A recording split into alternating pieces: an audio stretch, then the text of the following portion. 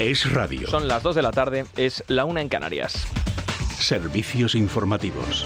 Uno de los rasgos que caracterizan la vida pública en España es la obscenidad y el descaro con el que nuestros gobernantes presentan ante los ciudadanos una realidad que no tiene nada que ver con esa que lamentablemente vivimos. Nuestros líderes funcionan con criterios tan partidistas que no solamente modifican la realidad que tenemos ante nuestros ojos, sino que además utilizan datos con impudicia, retorciéndolos en su propio beneficio, con el único objetivo de perjudicar al adversario y salvaguardar su pellejo para hacer frente a la erosión que puedan sufrir. Todos los días, a todas horas, cada minuto, en cada declaración, en cada comparecencia o en cada entrevista, asistimos a esta práctica cuyo origen está en la desesperación de quienes nos gobiernan. Los argumentos con los que intoxicar a la opinión pública los fabrican por la noche los ejércitos de asesores y son trasladados a los ministros o portavoces para que cada mañana procedan a repetirlos disciplinadamente como papagayos y distribuyan públicamente la falacia de la jornada. Y ejemplos tenemos muchísimos. Miren, podemos repasar, si quieren ustedes, hagamos este pequeño ejercicio, algunas de las cosas que se dicen o que se han dicho en los últimos años desde el Palacio de la Moncloa. Por ejemplo, 1 de cada 4 españoles vive bajo el umbral de la pobreza y 1 de cada 3 niños está en situación de pobreza infantil. Pero lo que dice el presidente del gobierno, Sánchez, es que España va como un cohete. Nos dicen también que en España no existe ninguna crisis y mucho menos preocupación con el empleo, pero el CIS, por ejemplo, el último publicado ayer, dice que la segunda preocupación de los ciudadanos son la crisis económica y el paro. Nos cuentan que España se ha convertido en un referente de empleo, pero lideramos la tasa de paro entre todos los países desarrollados, duplicándola. Nos han contado que España hizo una extraordinaria y fabulosa gestión de la pandemia, con 160.000 muertos.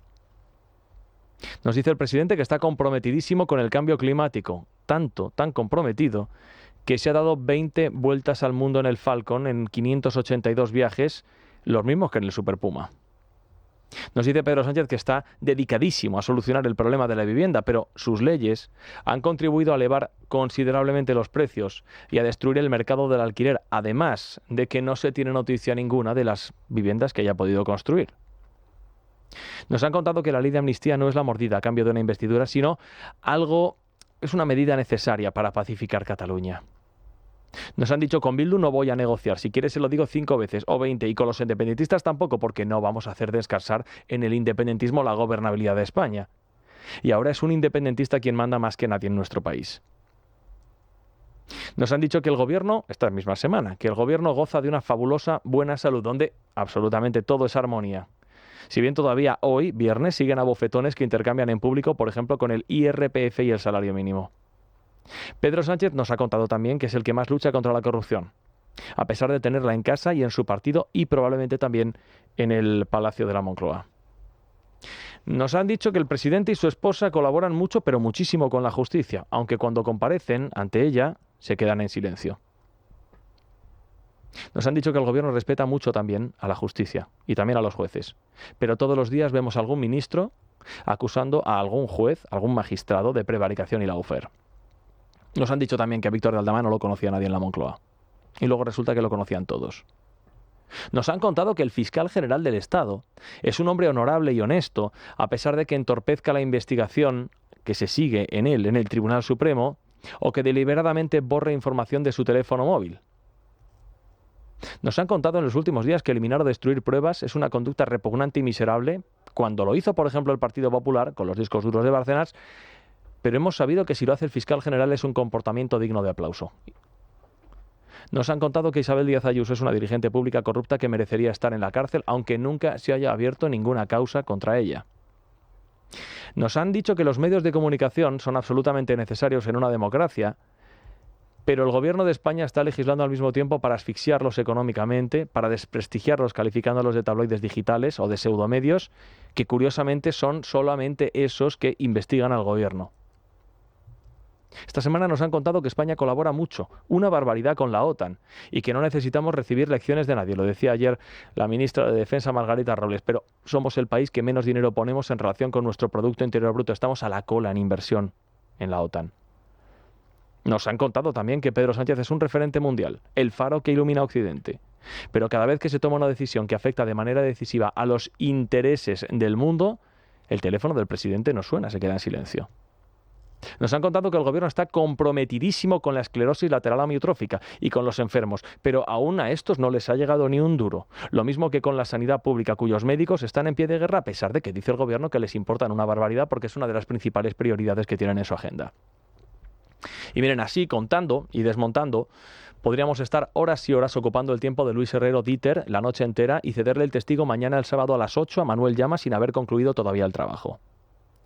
Aunque hoy, a esta creciente lista se puede sumar alguna más. Por ejemplo, el Tribunal Constitucional es un órgano alejado de cualquier influencia política y que es absolutamente y totalmente independiente, con una imparcialidad irreprochable. Dirá que, oiga usted, no se exceda, no se pase que estamos a viernes, que la semana ha sido muy larga y no andamos para bromas. Pues mire, adelante por favor, Cándido Conde Pumpido, presidente del Tribunal Constitucional, proceda. Porque el Estado de Derecho exige que los magistrados y magistradas del Tribunal Constitucional, democráticamente elegidos por los tres poderes del Estado y que representan, por tanto, al conjunto de la sociedad española, tienen que ejercer sus relevantes funciones de control de constitucionalidad de las leyes y de tutela de los derechos fundamentales, atendiendo única y exclusivamente a la Constitución y a su ley orgánica, sin someterse nunca a presiones directas o indirectas de ningún grupo de poder, sea político, económico o mediático, esté en el gobierno o en la oposición, y sea tanto público como privado. Esto es el muy imparcial presidente del muy independiente Tribunal Constitucional defendiendo la honorabilidad de este organismo sin someterse nunca, por supuesto, a presiones de ningún grupo de poder. Como llevamos muchos años, desde luego, comprobando, ¿verdad? Claro que como ya estamos acostumbrados, igual a ustedes esto les sabe a poco. Pues vamos a terminar con algo más. No es por amargarles el viernes, pero para que no les pille a ustedes desprevenido, les advertimos o le advertimos de que esto último puede herir su sensibilidad. Miren, hace 5 días tuvo lugar en Cádiz el homenaje a los 2 guardias civiles asesinados por los narcotraficantes en Barbate, primer aniversario de la muerte. Y el discurso oficial dice que el presidente del gobierno está con las familias, a pesar de que no fue ni siquiera al funeral y no ha viajado a ver a ninguna de las personas que han sufrido el inmenso dolor de quedarse sin uno de sus seres queridos y no les ha dado un abrazo ni siquiera al presidente del gobierno porque no ha bajado por allí. Con el Falcon ha volado a todos sitios, pero a Cádiz ni siquiera ha ido. Y nos han dicho también que está muy comprometido el presidente del gobierno y este gobierno también con la Guardia Civil, que lleva años denunciando que no pueden combatir al narco porque no tienen medios. Cosa que han denunciado esta misma semana en este acto de homenaje.